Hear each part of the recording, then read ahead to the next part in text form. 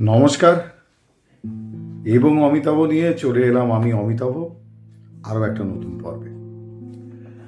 আজকের পর্বটা শুরু করতে গিয়ে প্রথমেই যার কথা মনে পড়ছে তিনি অবশ্যই সত্যজিৎ রায়। কেন জানি না হঠাৎ করে আজকের পর্বটা করার আগে বারবার সত্যজিৎ রায় তিনি মনে পড়ছিলেন। হয়তো এরকম বাঙালি খুব কম জন্মেছেন, এরকম ব্যক্তিত্বের অধিকারী বাঙালি বোধহয় খুব কম জন্মেছেন। আসলে সত্যজিৎ রায়কে নিয়ে তার পথের পাঁচালী তৈরি হওয়ার ঘটনা নিয়ে আমি একটা এপিসোড করেছিলাম যে কিভাবে পথের পাঁচালী তৈরি হলো। কিন্তু আজকে আপনাদের জানাবো সত্যজিৎ রায়ের আরো বেশ কিছু অনেকের অজানা ঘটনা। যেমন ধরুন, সত্যজিৎ রায় আর কিশোর কুমার সম্পর্কে মামা ভাগ্নে, এবং সত্যজিৎ রায় চারুলতাতে কিশোর কুমারকে দিয়ে যখন রবীন্দ্রসঙ্গীত গাওয়ান, তাই নিয়ে রীতিমতো সমালোচনার ঝড় বয়ে গিয়েছিল যে এত বিখ্যাত, অভিজ্ঞ, পারদর্শী সমস্ত রবীন্দ্রসঙ্গীত শিল্পীদের বাদ দিয়ে রবীন্দ্রনাথের গান গাইতে কেন সত্যজিৎ রায় কিশোর কুমারকে বেছে নিলেন। তার কারণ সেই অর্থে কিশোর কুমার রবীন্দ্রসঙ্গীত দূরের কথা, রাগ প্রধান গানের বিষয়েই পারদর্শী ছিলেন না। এটা আমরা কম বেশি সবাই জানি। এবং সেই সমালোচনার যখন ঝড় বয়ে যাচ্ছে, তখন যেটি সত্যজিৎ রায় বলেছিলেন যে আমি চেয়েছিলাম একজন আনকোরা নতুন এবং রবীন্দ্রসঙ্গীত না জানা মানুষকে দিয়ে আমি রবীন্দ্রসঙ্গীত গাওয়াতে চাই। এবং এই সিনেমার আরেকটি ঘটনা আপনারা অনেকেই জানেন যে চারুলতায় গান করার জন্য কোনো পারিশ্রমিক নেননি কিশোর কুমার। যে মানুষটা পয়সা ছাড়া এক মুহূর্তে অনুষ্ঠানের জন্য রাজি হতেন না, এমনকি তার জন্য তাকে বহুদিন অনেক অনেক ধরনের অবস্থার মুখোমুখি হতে হয়েছে, সেসব অন্য ঘটনা। সে প্রসঙ্গে আগে বলেছি, পরে হয়তো আরও করব এপিসোড। তো সেই মানুষটা একটি পয়সাও নেননি। তার চারুলতার আগে রবীন্দ্রনাথ একটি ছবিতে কিশোর কুমার রবীন্দ্রনাথের গান করেছিলেন। রবীন্দ্রনাথের গান সম্ভবত লুকোচুরি। লুকোচুরিতে মায়াবন বিহারিণী তিনি চারুলতার আগে বোধহয় একটি রবীন্দ্রসঙ্গীত গান করেছিলেন, রবীন্দ্রসঙ্গীত করেছিলেন, ক্ষমা করবেন। তারপরে সত্যজিৎ রায় তাকে দিয়ে আরেকটা এক্সপেরিমেন্ট করেন। সেটি হচ্ছে ঘরে বাইরেতে খালি গলায় রবীন্দ্রসঙ্গীত গাইয়েছিলেন সত্যজিৎ রায় কিশোর কুমারকে দিয়ে। এবং এরপর মামা ভাগ্নে দুজনে মিলে ঠিক করেন, মূলত প্রস্তাবটা ছিল কিশোর কুমারের দিক থেকে, যে মামা আমরা তো রবীন্দ্রসঙ্গীত গাইলাম, তো দুজনে মিলে একটা রবীন্দ্রসঙ্গীতের অ্যালবাম বার করলে কেমন হয়। এবং দুজনেই রাজি হলেন। ঠিক হলো, বাছাই করা রবীন্দ্রসঙ্গীত নিয়ে তারা একটি অ্যালবাম বার করবেন 1984 সালে। কিন্তু নানান টালবাহানা, ডেট না পাওয়া, কিশোর কুমারের ব্যস্ততা, সত্যজিৎ রায়ের ব্যস্ততা, এই নানান কারণে সেটি আর হয়ে ওঠেনি। এবং 1987-তে কিশোর কুমার চলে যান আমাদের ছেড়ে। না হলে হয়তো আরো একটা ইতিহাস তৈরি হতো, সত্যজিৎ রায় আর কিশোর কুমারের যুগলবন্দিতে রবীন্দ্রসঙ্গীতের অ্যালবাম। আর একটা ঘটনা মনে পড়ছে, রবীন্দ্রসঙ্গীতের কথা এলো, অর্থাৎ রবীন্দ্রনাথ ঠাকুর গুরুদেবের কথা এলো, কিশোর কুমারের কথা এলো, সত্যজিৎ রায়ের কথা এলো, তাহলে একটা চরিত্রকে তো বাদ দেওয়া যায় না, যে চরিত্র থেকে কমন ম্যান হয়ে ওঠার পেছনে ভারতীয় চলচ্চিত্রে একটা আলাদা দৃষ্টান্ত তৈরি করতে পেরেছিলেন সত্যজিৎ রায়। অসিত বরণ এবং বিকাশ রায়দের দাপাদাপি যখন বাংলা চলচ্চিত্র জগৎ জুড়ে প্রমথেশ বড়ুয়াদের যুগের যখন অবসান হয়েছে, সেই মুহূর্তের সন্ধিক্ষণে উত্তম কুমাররা উঠে আসছেন। সম্ভবত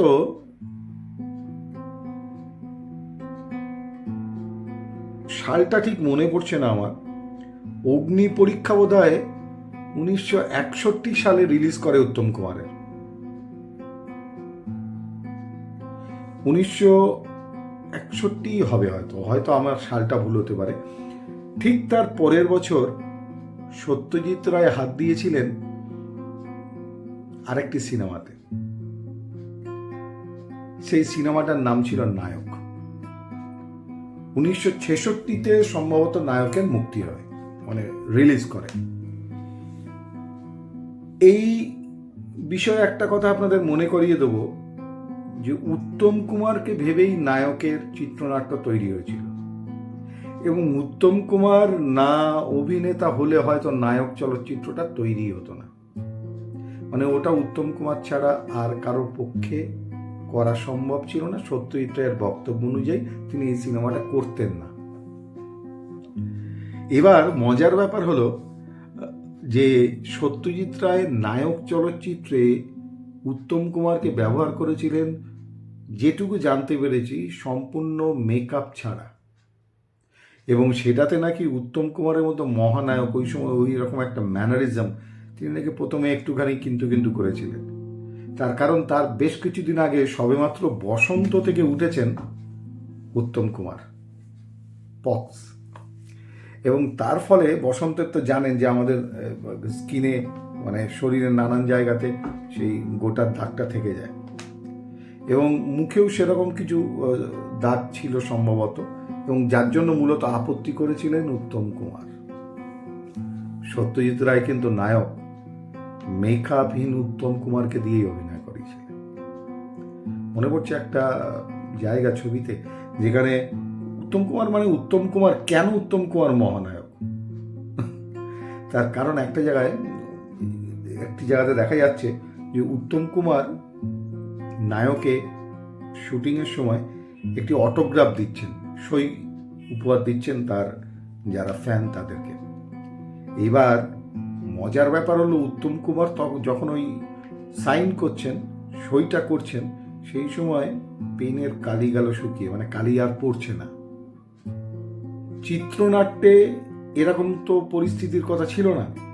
উত্তম কুমার, এই কারণে উত্তম কুমার, তিনি পাশের গ্লাসে রাখা জল থেকে খুব সাধারণভাবে সেই পেনের নিপটাকে ডুবিয়ে আবার সইটা করতে শুরু করলেন।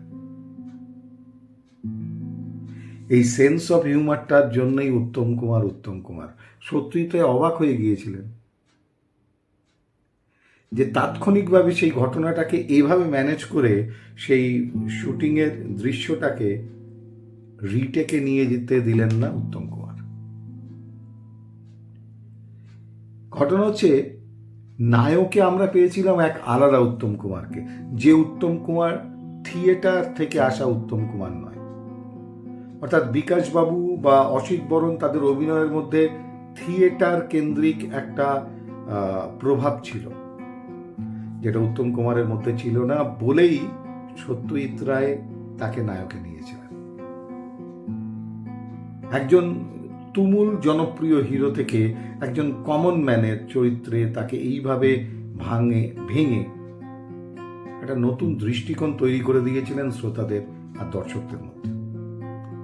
এই নায়কের পর আমরা উত্তম কুমারকে পেলাম আরো বেশ কিছু সেই সমস্ত চরিত্রে যে সিনেমাগুলো রীতিমতোভাবে এক আলাদা উত্তম কুমারকে চিনিয়েছিল আমাদের, যেমন অমানুষ, অগ্নিশ্বর, ধনরাজ তামান। সেখানে আমরা আলাদা আলাদা উত্তম কুমারকে আবিষ্কার করেছিলাম। থিয়েটারের অভিনয়ের একটা প্যাটার্ন হয়, এবং সেই প্যাটার্নটা সিনেমাতে অনেকেই সেই ভঙ্গিমাতে অভিনয় করেন, যেটা উত্তম কুমারের মধ্যে ছিল না। উত্তম কুমার তাই শুধু নায়ক নন, শুধু স্টার নন, তিনি মহানায়ক। ওই জায়গাটায় তিনি সবার থেকে আলাদা। ইচ্ছে আছে উত্তম কুমারের অজানা বেশ কিছু ঘটনা নিয়ে একটা এপিসোড খুব তাড়াতাড়ি করব, কিন্তু আজকে সত্যজিৎ রায় এই যে বাছাই করার একটা যে চিন্তা ভাবনা, ওই যে বলে না আমাদের আছে আছে, সত্যজিৎ রায়ের ফেলুদা বলে উঠেছিল টেলিপ্যাথির জোর আছে। সত্যি কি টেলিপ্যাথির জোর ছিল? তাহলে ভাবুন তো, বিভূতিভূষণ তিনি যখন পথের পাঁচালী লেখা শুরু করেন তখন তার বয়স 31 বছর। সত্যজিৎ রায় যখন পথের পাঁচালী সিনেমাটা তৈরি করেন তখন তার বয়সও 31। পথের পাঁচালী বিভূতিভূষণ বাবু যখন লেখেন তখন ধারাবাহিকভাবে সেটি প্রকাশিত হতো এবং সেটি যখন শেষ করেন তখন তার বয়স দাঁড়ায় 34 বছর বয়সে। উত্তম কুমারের নায়কের আগে তুমুল জনপ্রিয় হওয়া, আন্তর্জাতিক স্বীকৃতি পাওয়া, ভারতবর্ষের 100 শ্রেষ্ঠ সিনেমার 1 নম্বর স্থানে থাকা পথের পাঁচালী যেদিন শুটিং শেষ করেন বা সিনেমাটা তৈরি করার জন্য একেবারে প্রস্তুত হয় তখন সত্যজিৎ রায়ের বয়স 34। নানান বাধা বিপত্তি কাটিয়ে। টেলিপ্যাথি আছে নাকি? এই ঘটনাগুলো বড্ড নাড়া দেয়, তাই আপনাদের সঙ্গে একটু ভাগ করে নেওয়া।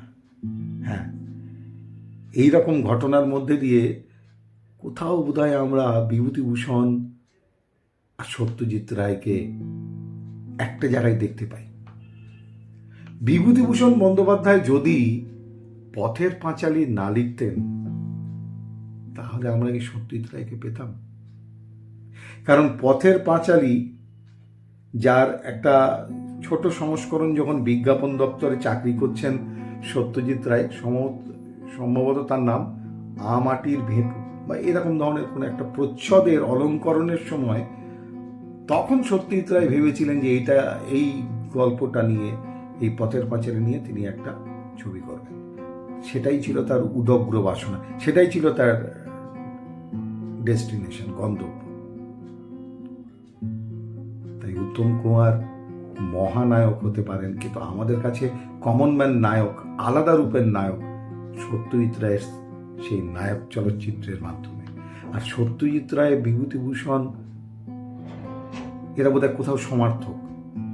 যদি পথের পাঁচালী না লেখা হতো তাহলে কি সিনেমা তৈরির ইচ্ছাটা তৈরি হতো সত্যজিৎ রায়ের? প্রশ্নটা থেকেই গেল।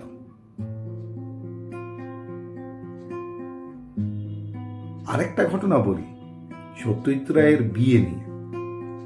আপনারা জানেন যে তারা স্বামী স্ত্রী সম্পর্কে আত্মীয়া, কিন্তু এই সত্যজিৎ রায়ের বিয়ের মাধ্যমটা যিনি ছিলেন তাকে আমরা জানি না। তিনি হচ্ছেন নসুবাবু, যিনি একজন চিকিৎসক। যেহেতু সম্পর্কে আত্মীয়, সহধরা, সেহেতু দুজনের বিয়ে হবে না, দুজনেই জানতেন এবং তারা ঠিক করে নিয়েছিলেন তারা জীবনে কেউ কোনোদিন বিয়ে করবেন না, একে অপরকে ভালোবাসবেন এবং অনিশ্চিত একটা ভালোবাসার জীবনযাত্রা তাদের তৈরি হয়েছিল। সেখানে সুকুমার রায়ের স্ত্রী সুপ্রভা দেবী, মানে সত্যজিৎ রায়ের মাকে রাজি করিয়েছিলেন এই নসুবাবু, এই চিকিৎসক। নাহলে কোনোদিন বিয়েটা হতোই না। বিজয় রায় তো ভাবতেই পারেননি যে কোনোদিন তিনি সত্যজিতের স্ত্রী হবেন। কত টানা পড়েন, মানে প্রেম এরকম ভাবেই হয়, যার যেখানে কপাল লেখা থাকে। বলে না, জন্ম মৃত্যু বিয়ে 3 বিধাতা নিয়ে। সত্যজিৎ রায় শান্তিনিকেতনে কলা ভবনে গেলেন, ফিরে এলেন, চাকরিতে যোগ দিলেন। চাকরিতে যখন যোগ দিয়ে কলকাতায় ফেরত আসছেন সেই সময় তার একজন খুব ঘনিষ্ঠ বন্ধুত্ব হয় একজনের সঙ্গে, যার নাম নরম্যান ক্লেয়ার, এবং তার জন্য রীতিমতো সত্যজিতের ঘরে একটি আলাদা খাট এনে রাখা হলো, আলাদা বিছানা, যে একসঙ্গে থাকবেন। দিনে বহুক্ষণ তারা দুজনে মিলে দাবা খেলতেন। Norman Claire. 13ই মার্চ 1949 আনুষ্ঠানিকভাবে সামাজিক মতে বিয়েটা হয়, কিন্তু তার আগে তাদের হয়ে গিয়েছিল রেজিস্ট্রি বিয়ে, সবাইকে লুকিয়ে, এবং সেটি হয়েছিল 1948 অক্টোবর মাসের 20 তারিখ। কেউ জানতো না। ভাবতে পারছেন, সেই 48 স্বাধীনতার পর বছরই এরকম একটা স্বাধীনতার মানসিকতা দেখিয়েছিলেন বিজয়া এবং সত্যজিৎ রায় দুজনেই। প্রেম সব থেকে বোধ হয় বাঁধনের, কোনো কিছুকে মানে না, আপোষ মানে না, সীমানা মানে না, কিছুকেই পরোয়া করে না। এবং এই সত্যজিৎ এবং বিজয়া রায়ের প্রেম কাহিনী, সেটা নিয়ে একদিন আলাদা করে একটা মজার পর্ব করব, যেখানে কত ঘাত প্রতিঘাত বিজয় রায় সিনেমা করেছেন। হ্যাঁ, সত্যজিৎ রায়ের সিনেমায় আসার আগে বিজয়া রায় অভিনেত্রী হয়েছেন, সিনেমায় অভিনয় করেছেন, পরবর্তীকালে আর করেননি। তো এরকমভাবে নানান প্রেমের কাহিনী রয়েছে বিখ্যাত মানুষদের। কিন্তু আজকের এই পর্বটি শেষ করব এমন একজনের প্রেমের কাহিনী দিয়ে, যার কথা বলতে গেলে গলাটা ধরে যাচ্ছে, কারণ সবেমাত্র তার অমৃতলোকের পথে যাওয়ার, যাত্রা করার বার্তাটা পৌঁছেছে বিশ্ববাসীর কাছে। হ্যাঁ ওস্তাদ, বাহ তাজ বলিয়ে, সেই বিজ্ঞাপনে মানুষটার ওই বাহ তাজ বলিয়ে, এই বাহ তার সঙ্গে জড়িয়ে আছে 150 কোটি মানুষের একটা আবেগ, ওস্তাদ জাকির হোসেন। এই প্রেমের কথা বলছিলাম সত্যজিৎ রায় বিজয়া রায়, সেই প্রসঙ্গেই ওস্তাদজির কে স্মরণ করতে গিয়ে তার প্রেমের কথা মনে এলো। তার আগে বলে রাখি, আজকের দিনে ছোটোখাটো অনুষ্ঠান করার সুযোগ যেহেতু হয়, ওটা দিয়ে অন্য সংস্থান হয় সঞ্চালক হিসাবে, তো দেখি আজকের দিনে অনেক সঙ্গীত শিল্পীরাই আসেন, সবাই নন, প্রথমেই বলে নিচ্ছি। হঠাৎ উঠতি অনেক সঙ্গীত শিল্পীদের দেখি, তারা মঞ্চে ওঠার আগে চারিদিকে তাদেরকে মানে একটা আলাদা করে বেষ্টনীতে ঢেকে ফেলা হয়, বাউন্সার, সিকিউরিটি, হাবি জাবি, বিরাট একটা ব্যাপার, মানে ভয়ঙ্কর ব্যাপার। অবাক হয়ে যাই। বহু ছবি আছে উস্তাদ জাকির হোসেনের, তিনি মঞ্চে উঠছেন, আপনারা মিলিয়ে দেখে নেবেন, নিজের তবলা বায়াটা 2 হাতে নিজে নিয়ে মঞ্চে উঠতেন, সেটাও কাউকে বহন করতে দিতেন না। তাই বোধহয় তিনি উস্তাদ জাকির হোসেন। হ্যাঁ, প্রণম। খারাপ লাগে আজকের প্রতিবাদের দেখলে, কারোকে দেখলে আমি এগুলো খুব অবাক করে, আমাকে হতবাক করে, আশ্চর্য করে। পরিচালক পরিচারিকার চরিত্র হয়তো অভিনয় করেন, তো তাদের দেখলে আমি অবাক হয়ে যাই যে উত্তম কুমার, অমিতাভ বচ্চনরা তাহলে কি করা উচিত ছিল তাদের। যাই হোক, উস্তাদ জাকির হোসেন সাহেবের জীবনে সাফল্যের দিকটাই আমরা দেখেছি, কিন্তু তার প্রেমটাও ছিল খুব বিরহের। প্রচুর লড়াই, প্রচুর যুদ্ধ। অ্যাকচুয়ালি সময়টা হচ্ছে তখন তারা দুজনেই খুব ছোট, যিনি তার সহধর্মিণী আন্তোনিয়া এবং জাকির হোসেন, এবং তারা তখন ক্যালিফোর্নিয়া বেতে দুজনেই তখন শিক্ষার্থী একটি প্রতিষ্ঠানের। উস্তাদজি তিনি তবলার শিক্ষার জন্য সেখানে, আর অ্যান্তোনিয়া তিনি তখন সেখানে কত্থক নাচের জন্য শিক্ষার্থী। প্রথম দেখাতেই প্রেম, এবং সেই প্রেম রীতিমতোভাবে অপেক্ষার, এবং ক্লাসের বাইরে দীর্ঘক্ষণ অ্যান্তোনিয়া কখন বেরোবেন তার জন্য অপেক্ষায় দাঁড়িয়ে থাকতেন জাকির হোসেনজি। তখন প্রেম নিবেদন হয়নি। এরপর অ্যান্তোনিয়া দেখলেন, জানলেন, ব্যাপারটা তার চোখে পড়ল, তারপরে দুজনের সঙ্গে ঘনিষ্ঠতা, এবং তারা 1 বছর মেলামেশার পরেই একসঙ্গে থাকতে শুরু করে দেন, সেই যেটা জানতে পেরেছি। এবং 8 বছরে তাদের সেই সম্পর্কের মেয়াদ যখন, তখন তারা ঠিক করেন তারা বিয়ে করবেন। 2 বাড়িতেই রীতিমতোভাবে আপত্তি ছিল অ্যান্তোনিয়া এবং ওস্তাদ জাকির হোসেনের বিয়েতে। অ্যান্তোনিয়াকে ভালোবেসে জাকির হোসেনজি ডাকতেন টনি বলে, আর তিনি বলেছিলেন যে আমার জীবনে টনি সেই মেয়ে যার জন্য আমি বোধহয় পৃথিবীতে জন্মগ্রহণ করেছি। ভালোবাসা কারে কয়, সে কি শুধুই যাতনাময়? কারণ ভাবি বেগম, যিনি জাকির হোসেনের মা, তিনি একেবারে ভিন্ন ধর্মী বিদেশিনীর সঙ্গে বিয়েতে একেবারে রাজি নন, কিছুতেই বিয়ে দেবেন না। অবশেষে তারা প্রথমে রেজিস্ট্রি বিয়ে করলেন এবং তার অনেক দিন পর লুকিয়ে রাখার পর তারা ঠিক করলেন সামাজিকভাবে ইসলামিক মতে বিয়ে করবেন এবং সেই বিয়েতে উস্তাদ আল্লাহ রাক্কা নিজে উপস্থিত ছিলেন। কিন্তু ভাবি বেগম মানে জাকির হোসেনজির মা তিনি জানতে পেরে গিয়েছিলেন যে ছেলে লুকিয়ে আগে বিয়েটা করে ফেলেছে অফিসিয়ালি। তিনি গড় হাজির ছিলেন। জাকির হোসেনজি তার পারিবারিক জীবন, তার ব্যক্তিগত জীবনকে কখনোই সেভাবে প্রকাশ্যে আনতে চাননি, কারণ ব্যক্তিগত জীবনটা ব্যক্তিগত, অনেকেই সেটা ভুলে যান। সযত্নে রক্ষা করে গিয়েছেন, তার শিল্পী সত্তার বাইরে তার ব্যক্তিগত জীবনে কাউকে প্রবেশ করতে দেননি। অ্যান্টোনিয়ার 2 কন্যা জাকির হোসেনজির, আনিসা আর ইসাবেলা, এদের সম্পর্কেও আমরা খুব কম জানতে পারি, কারণ পারিবারিক গোপনীয়তা তিনি সম্মানের সঙ্গে রক্ষা করে গিয়েছেন। আজকে যখন জাকির হোসেনজি নেই, মনটা খুব খারাপ। এরকম মাপের মানুষ, এত সাধারণ তার জীবনযাত্রা। রশিদ খানজি চলে গেলেন কিছুদিন আগে, আরেকজন অসাধারণ মানুষ, নিজের তবলা বহন করে মঞ্চে উঠছেন। এরকম ভিডিও ক্লিপিংস দেখতে দেখতে ভাবছিলাম যে এনারা তাহলে কি, এরা ঈশ্বর, সংস্কৃতির ঈশ্বর। তাই এরা এটা করতে পারেন, যেটা আমরা অনেকেই করতে পারি না, মাটিতে পা রেখে চলতে পারি না। 150 বর্ষ বিবাহিত জীবনের, ভালোবাসার জীবনের কাটানোর আগেই পরপারের ডাক এসে গেল। তাই 150 সুখী দাম্পত্য হয়তো কাটানো হলো না উস্তাদ জাকির হোসেনের। সত্যজিৎ রায়, বিজয় রায় কিংবা জাকির হোসেন অ্যান্টোনিয়া প্রমাণ করে দিয়ে গেলেন সময়টা হয়তো কিছুটা একটা ব্যবধানের, কিছুটা সময়ের জন্য হয়তো সামাজিক এই জীবনযাত্রা, কিন্তু ভালোবাসাটা সময়হীন, ভালোবাসাটা কালজয়ী।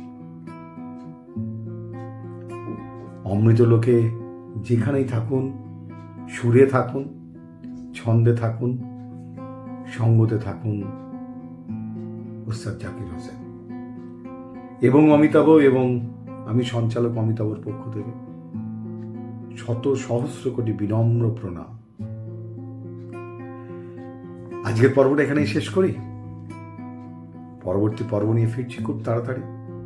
ততক্ষণ পর্যন্ত ভালো থাকুন, সুস্থ থাকুন, সতর্ক থাকুন, সাবধানে থাকুন, আর হ্যাঁ, সংস্কৃতির সঙ্গে থাকুন। তাহলে আজকের মতো শুভরাত্রি।